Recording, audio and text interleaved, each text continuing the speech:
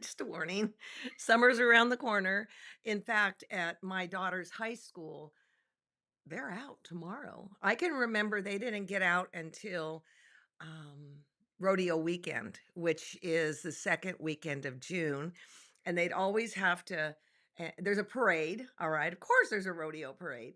And they would have to threaten the high school band people that if they didn't show up, they wouldn't get their diploma because typically the all night party was the night before.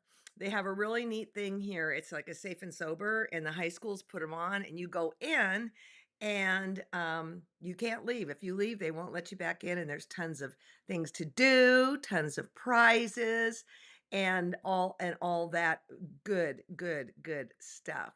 So, what do we have? Oh, okay. So today, I'm not supposed to call these quickies, so I'm calling them shorts or whatever. They're fasties on Wednesdays. We've got all these fantastic uh, pieces that Lilo put together at QuiltCon. And I got to tell you something right now. Today's, Nicole's, I was completely mesmerized by the interview that Lilo did.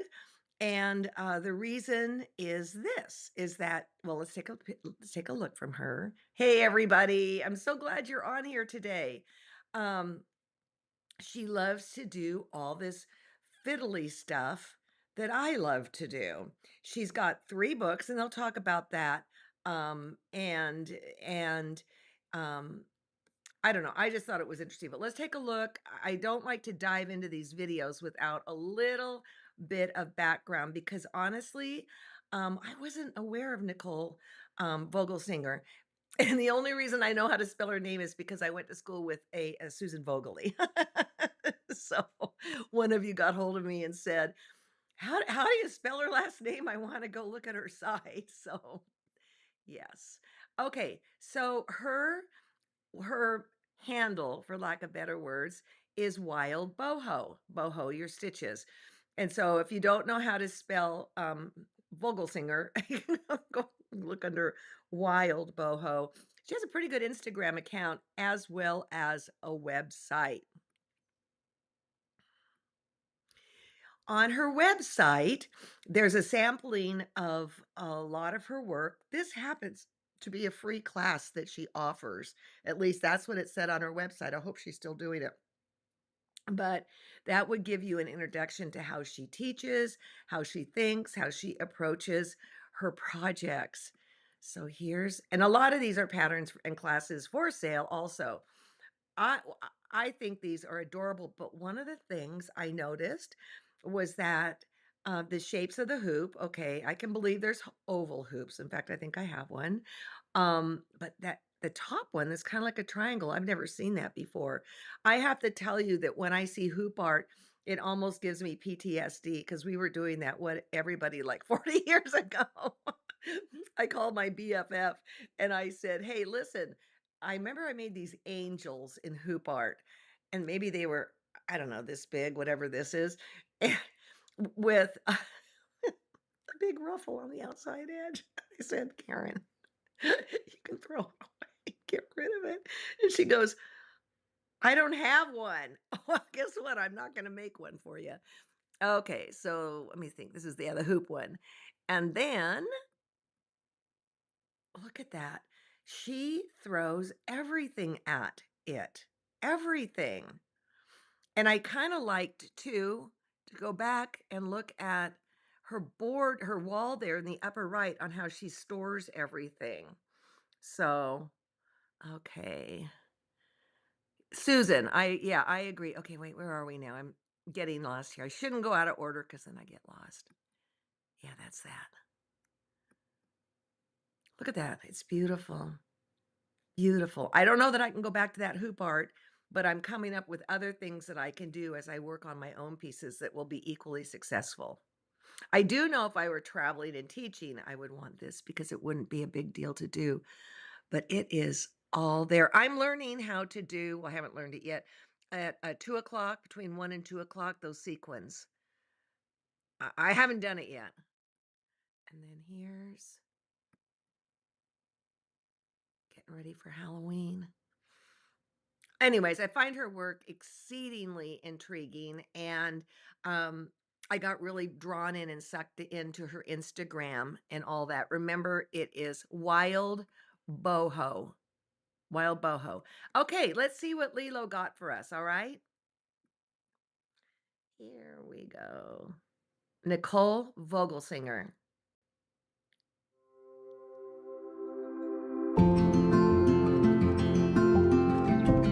Hi, we're with Nichole Vogelsinger, and wow, does she have some eye candy for you all.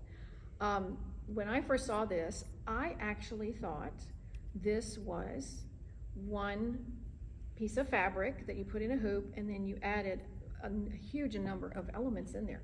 But you're saying that's not the case. So tell me, what is your work when you're describing it to others, what you do? That's the goal. So if you saw that, that's good, because that is the goal, that what I'm doing, I'm adding lots of layers of fabric.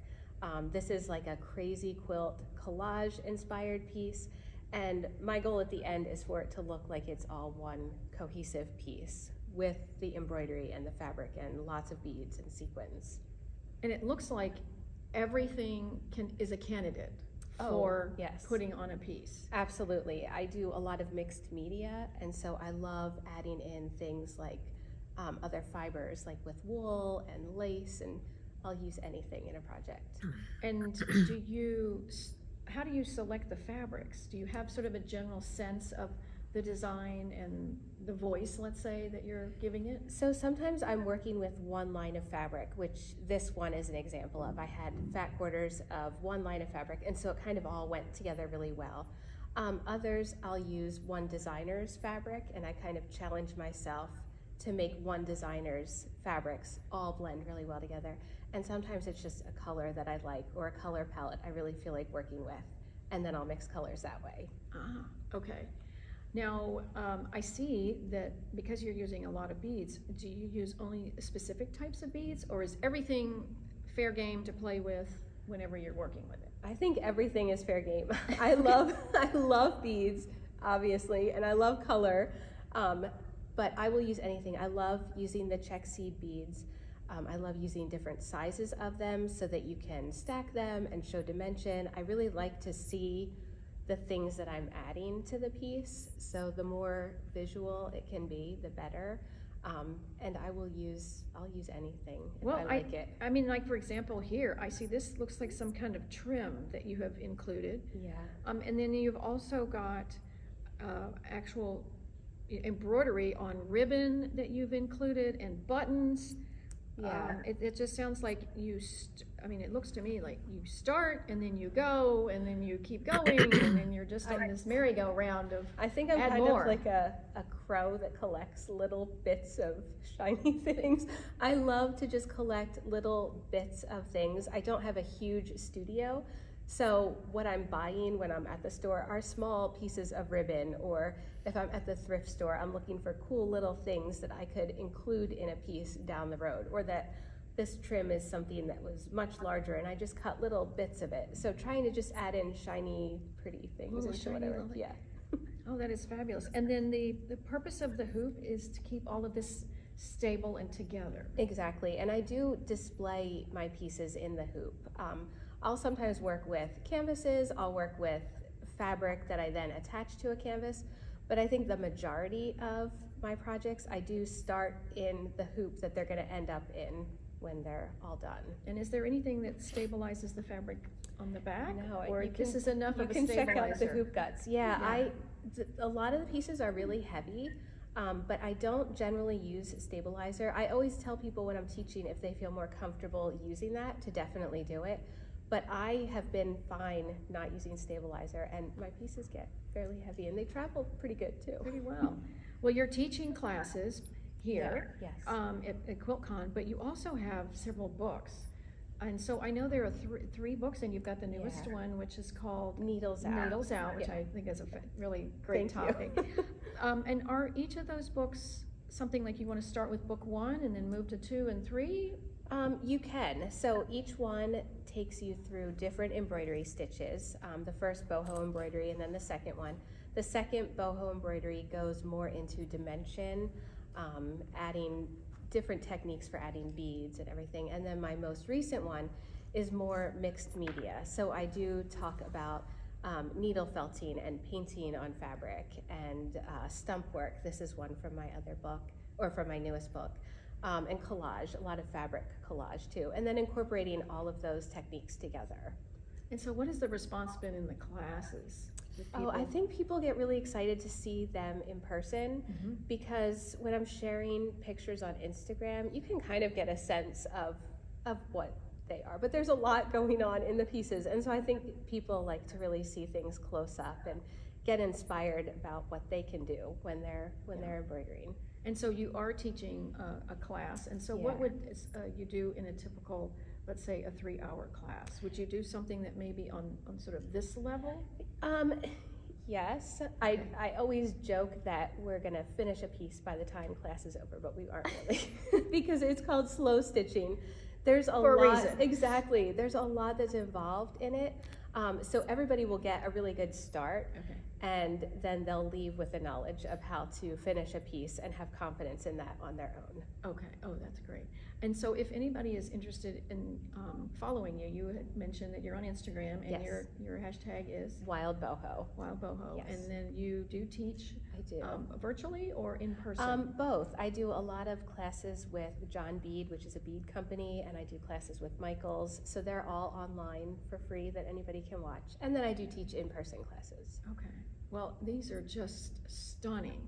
They're you. just so you're drawn in initially, and then you have to spend another 30 minutes to an hour going through and noticing all the other little elements that you've had. And at what point do you realize I'm finished?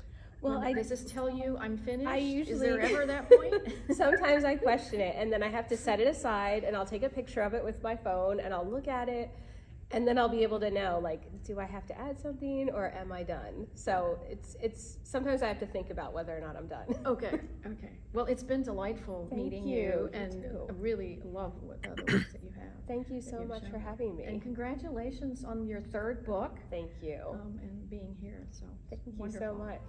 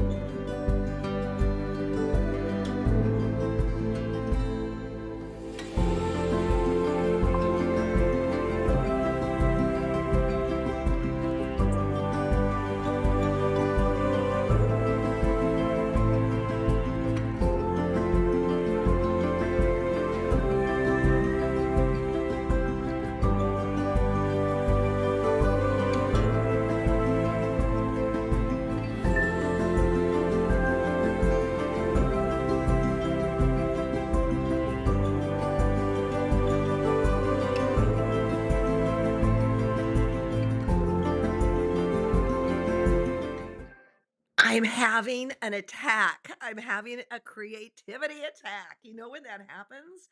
I was making all those little squares with all the circles that were embroidered on top of it. And I've got all these little squares with all these little circles embroidered on it different ways. And they're just sitting here and I didn't know what to do with. And then I saw one of those pieces had started with a piece of fabric kind of towards the end, and then she layered squares on it and did different things. I'm so excited. I'm so excited. Oh my God. I hadn't watched this all the way to the end. And I love it when you get an inspiration. This is what it looks like, and it makes your insides go pop. This is what it looks like. So I've kind of shared this with you. And after getting this little episode together, And I'm working on this. Again, I think I started it in a Joanne Sharp class it, because of the watercolor background. And I'm just slapping all this stuff down and stitching it and zero care to quarter inch, zero care at all. And then I thought, is it done? And then I thought, no, after seeing this, I got to get some of these beads on it. I think in this area here and maybe in the snow area. I don't know. But let me show you. I learned this from Cindy Needham. This is like double masking tape that has been rolled into a double, then stuck on some sort of paper so that when you're working with these, you don't have beads going all over the joint. So I learned that from Cindy Needham. I'll tell you, I would love to take a class from Nicole. That is for sure. So I'm so excited. Oh my God. Okay. I got a couple things I got to tell you and then what's coming up. Um, yeah, I know Alice. I love her work. I'm inspired. Okay. The project that we're looking working on basically Mondays, Wishes, which is the wool applique. I don't know where it is. That oh here, the dandelion. We have been selling kits left and right. Let me show you this. Okay. And we have less than 10 left. So if you want it, don't hesitate. In the kit, you will not get the backing. You will not get that polka dot fabric, but I talked about what to do this last Monday. And then we're going to jump in on Monday and start getting the shapes all in place. Okay, so I got a text or not a text, an email from Susan and the background big piece, and I'm going to go over this again on Monday. This piece down here was cut exactly how we asked them to cut it, but it was a half inch short on one side. It's no big deal. This is an opposite of a stressor. You just make your background, that becomes your playground, and then we go from there. All right. So don't freak out when you see that. A couple of you got hold of us and were like, don't worry about it. It doesn't matter. It is the slow stitching, and, Susan even went and cut out pieces because she wasn't quite sure, and, yeah, they all fit on there just fine, don't worry about it, don't worry about it. Um, this is not we are not doing quarter-inch brain surgery. Then, okay, so what do we have coming up for you to round out the rest of the week? So Barbara Black is actually going to be doing this Friday. And I even called and confirmed with her, and she's in here too. She's doing this Friday on our block of the month because to wait a whole nother week would just push it into the 7th or 6th or something like that. And that's crazy because we know how you want to get started on things, right? So she's going to do this Friday. And then Dee is going to keep going on Saturday. And if you haven't checked out her class, you are missing the boat on that one. I'll tell you that right now. We also set up in the forum under my classes, workshops, a forum for this where I want to see your work. I want to see your progress. If you have questions, ask. I will try and look at it every day, but I can't guarantee it. If you find something that you think the whole group would benefit from, feel free to email me that, okay? And I'll, I mean, if Susan hadn't emailed me with this, we would have been, what? And I think I know what happened. I think what happened was when the thing got all stitched up, it like when you quilt your it shrinks, right? And I think that's what happened, but don't worry about it. It's going to be just fine. You can trust me on this one. You can't trust me on everything, but you can trust me on this one. So Barbara on Friday, Dee on Saturday, and me on Monday. I thank you for choosing to spend your time with me and have a great rest of the week and enjoy as we slip into summer. Bye bye.